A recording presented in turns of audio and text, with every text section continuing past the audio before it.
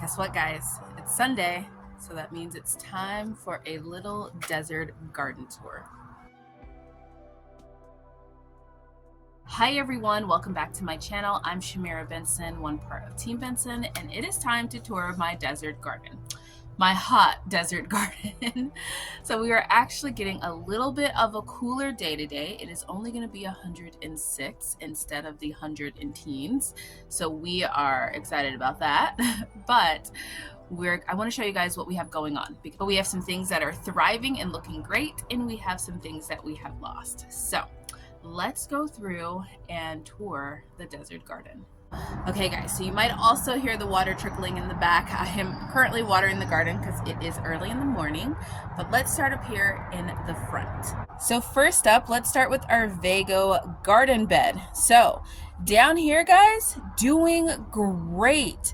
I think that having this bed lower so it's getting more of that afternoon sun is really making a difference. This one is our Cascade garden bed. Now our top, we need to redo that one, but because it is like low in soil, all that kind of stuff. But look, even our Thai basil is still trying to go. We are saving seeds from our Thai basil, and we do still have a sage in here that I am gonna dig up and probably put somewhere in a pot. But we have some oregano here. We have our basil, which it is loving life, thank God. And then we have our thyme. That one's our Greek thyme. We have our sage, and then we have some chives. Our garlic chives are back, and they are happy, which is nice because we have missed them. And then we also have some fennel there that I don't know what it's doing. So do you guys know that I just leave this garlic chive, but actually move it around whenever like I need it, or where I change something that I don't want it to be somewhere, I'll move it around. And I've moved this thing around 4 times, and it just comes back once it warms up. Doesn't like the cold, but once it warms up, it comes back. Now over here in my little corner, we have some spearmint, which is not happy. And then we also have our sweet marjoram down here next to our mulch bucket. Now moving on along, in front we have some rosemary. Now I had taken out the trio, and I just put the whole thing in here. It was not wanting to be separated, and these are pretty much gone. So I'm gonna take out these two, the sage and the thyme, and I'm just gonna leave that rosemary, and then hopefully that rosemary will get like that rosemary. And what a beautiful thing is my corn. I am excited. It is starting to grow like all of its like little tassels and such, which I'm pretty excited because the tassels look a lot healthier than in the past. In the past, it's like not grown as thick. So hopefully that means I'm gonna get corn. I was worried that it was coming out too soon because of these hot temperatures, but I think where I have it, I think it'll be fine. Now in the bottom here, we have some temporary beans that are starting to spread out and live their best life, so that's good. And then we have our little group of onions right here that's actually doing pretty well. We did lose our zinnias, guys. It got hot. They did not like 112. So guys, this goes back to what I kept telling you guys. It is all about timing. If you get things in early enough, like your corn, it'll be happy, it'll be fine, and it will do well. If you decide to plant something a little bit late, like those zinnias, they will burn up because they're not big enough to be able to hold enough water to withstand that hot temperatures. So it's sad, but we'll have to try again next year. Now guys, on this side, look at how nice this is. My amaranth took no time to get huge. It is already getting pretty big, and we have started using the leaves for Taco Tuesday. We use a lot of leaves, different types of leaves on Taco Tuesdays. Now also we have our onion right there, and I think the sun finally took out that celery. So we're gonna get something else planted in there. But look at all these little baby amaranths still popping up. This thing is gonna be nice and full this year. We have one back there too. I'm gonna try transplanting some of these back there to get that one as full. Now below here, look at that. Our squash is looking beautiful. So beautiful. This is our Mexican gray squash. It is starting to actually really come in, put off some leaves. So we're happy about that. We have some onions right below it. These are green onions. And then our pepper alley is not looking too bad underneath its shade cloth. It looks terrible, guys, towards the middle of the day, but for right now, it looks pretty good. We have Diane back here. That one is our serrano pepper. And then we have our Anaheim pepper right here up front. On the side here, we have our jalapeno, our Santa Fe pepper, and then underneath this one, we have our cayenne pepper. So they're doing pretty good underneath the shade cloth. I have kind of like a double layer of shade cloth going on right over here, just because this is one of the hottest parts of my garden. Guys, I see so many people in like the garden groups, like, why do I have all these hornworms? Why do I have all these different things in my pepper plants? And I kept saying, get your pepper plants in early and then get some shade cloth on them, and they'll be a lot happier. But some people didn't listen to me. Okay, so now we are moving right along to the middle part of the garden, which has our dwarf Mexican lime tree, which is, it's doing okay in the heat. It hides behind this like little wall right here, so it does help it not get too badly bruised, but I do want to get an umbrella over that one. In the middle, in our dragon fruit Vego garden beds, we have our cashew melons, which are looking so nice, guys. Okay, they are making their climb. This one's almost to the top, and this one is being wonky. So what I'm gonna do is just go through and just wrap it back around like this. And that's all I've been doing, is just wrapping it as it grows. And then it'll grow up. So the goal is to have it go up and out. We are going to see if that happens, and that will be nice if it does.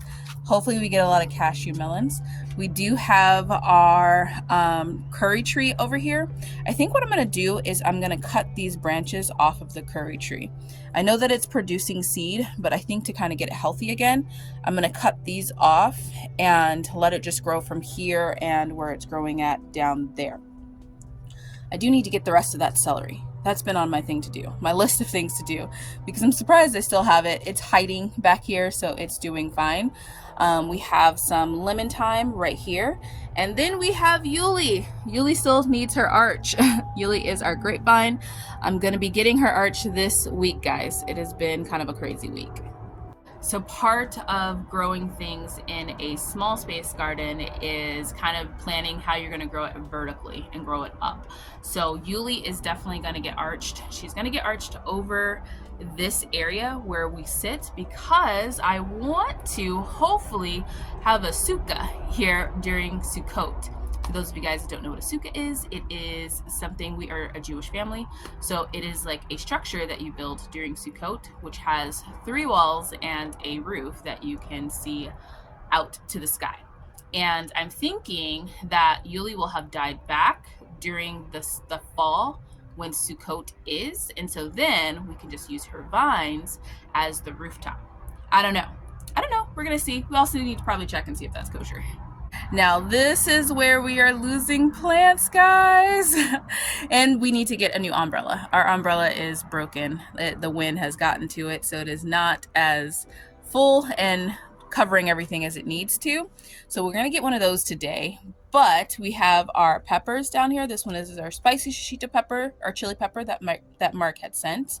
And then we have a turmeric that Bignisi sent us. We have our favorite peppers, which is our sweet Marconi peppers.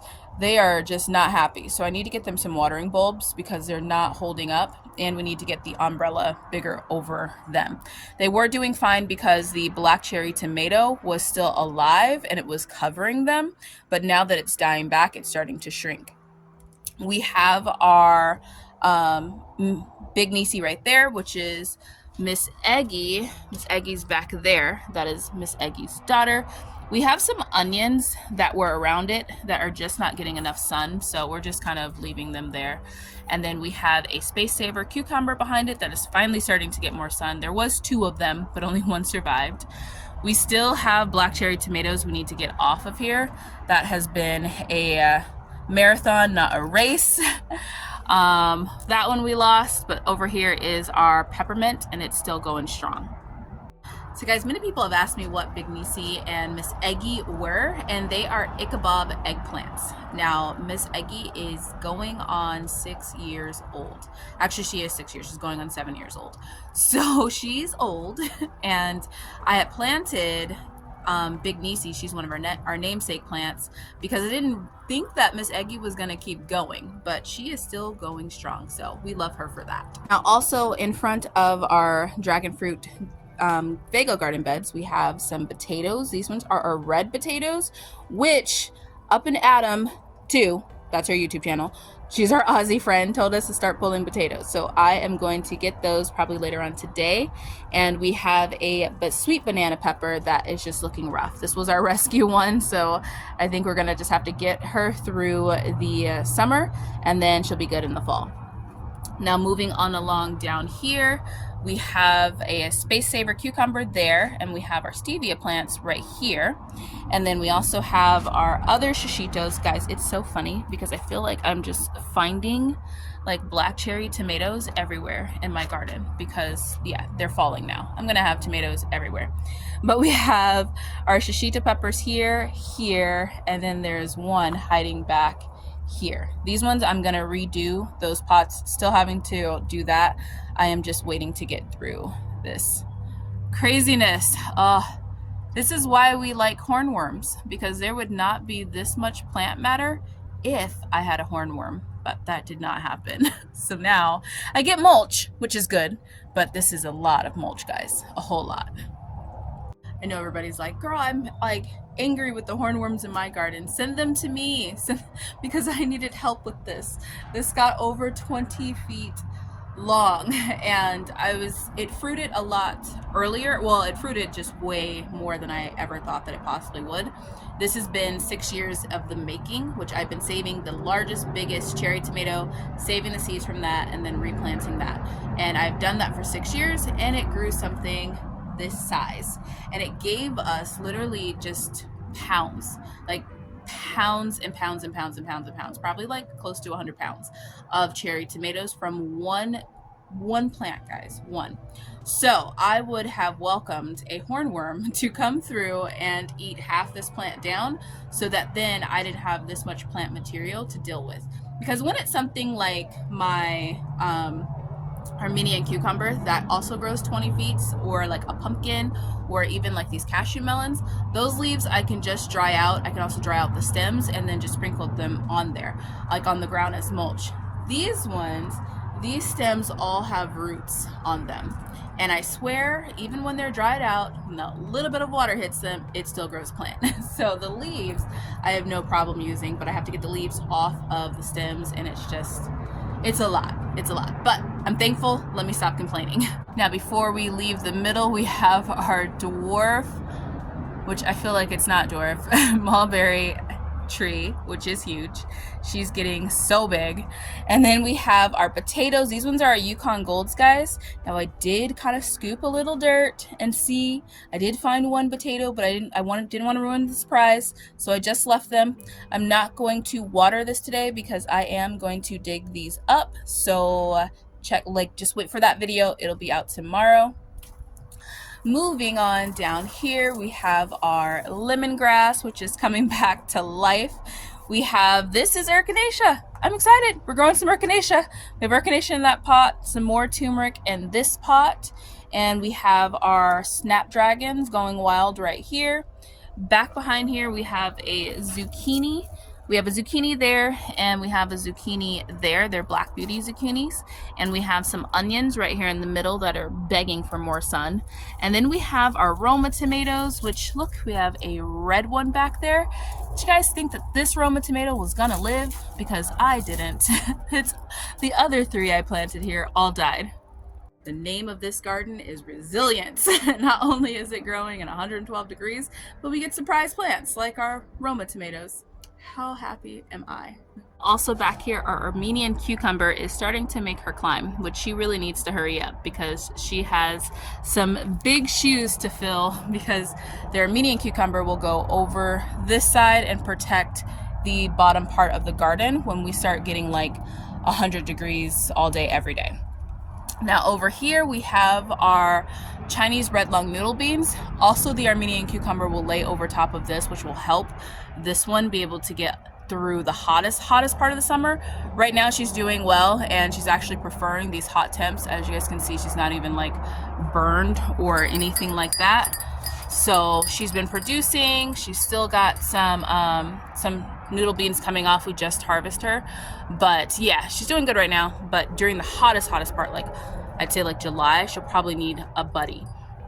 Now below here we have some okra, which I haven't put shade cloth on the top, only on the side right here, but we have the okra down here below, which is growing nicely, and then we have some onions right in front of it.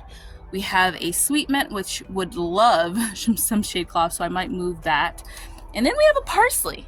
Look at that. Guys, that parsley's coming back. Okay, so I have seen crazier things, but me having a parsley in June, haven't seen that. Haven't had that happen before. So we're just letting her grow because I love parsley. And some people have told me like, oh, they've been able to get their parsley through the summer. I have not. Never been able to do that, but if I can, I'm gonna let her. So we're gonna see how long she lasts. The other parsley, it was done. Like this one doesn't even have aphids covering it, which is what happened to the other one, and it did not come back. Like they ate it down to the ground. So I'm interested. I'm interested to see how long we can have fresh parsley, because you guys know how I love my fresh parsley. Now also looking big and beautiful is our early girl tomato. She is not loving these temps. She's like, what the heck is this? But we have a ton of tomatoes on here, guys, like a ton. I've been pulling the tomatoes as they're starting to blush and letting them completely go ripe. Normally I don't do that. You guys know me, I will let my tomatoes ripen on the vine, but it is hot. Like it's really, really hot, and I don't want to attract the birds to pick at these. I've been giving the birds water and all that kind of stuff, but yeah, they will pick at these because they'll be trying to get water the hotter it gets, and they start to burst too because it gets too hot. So I don't want that to happen, and I'm just going to go ahead and continue picking them as they're starting to blush, and then that way it'll hopefully give more water to the plants, because look at these poor leaves. They're curling. They're like, please, why did you plant me so late? I'm sorry. Now lastly over here we have the spot I should have put shade cloth over because my lemon balm is hating everything about life right now. She is very crispy. I'm going to trim her back and leave these leaves, use these ones for some mulch. But we also have our yarrow, which is doing quite fine. We have our hyssop, which is getting attacked by something or another is attacking our hyssop. Whatever is attacking it, I don't think it's liking it because it's not eating it down and it's not on here anymore. Probably like a little worm. And then we have our evening primrose behind it too. All right, guys, and that is it. That is our small space desert garden. I am going to pull these potatoes, which I am so excited about. So you guys will see that video tomorrow, but she is looking good. She's happy. Well, not that one, but everything else is happy and looking great in my garden. So I am feeling blessed and happy with how much food we are producing and how much we're getting ready to put away, and the potential for a lot of potatoes. So if you guys want to see if I grew potatoes in my small space, I have Yukon Gold and Red. Make sure you guys subscribe to my channel and share it and tell a friend, and I will continue to garden out here in the hot heat to show you guys you can do it too. So until next time, grow yourselves a garden, because even a small space can provide you with tons of food. Bye guys.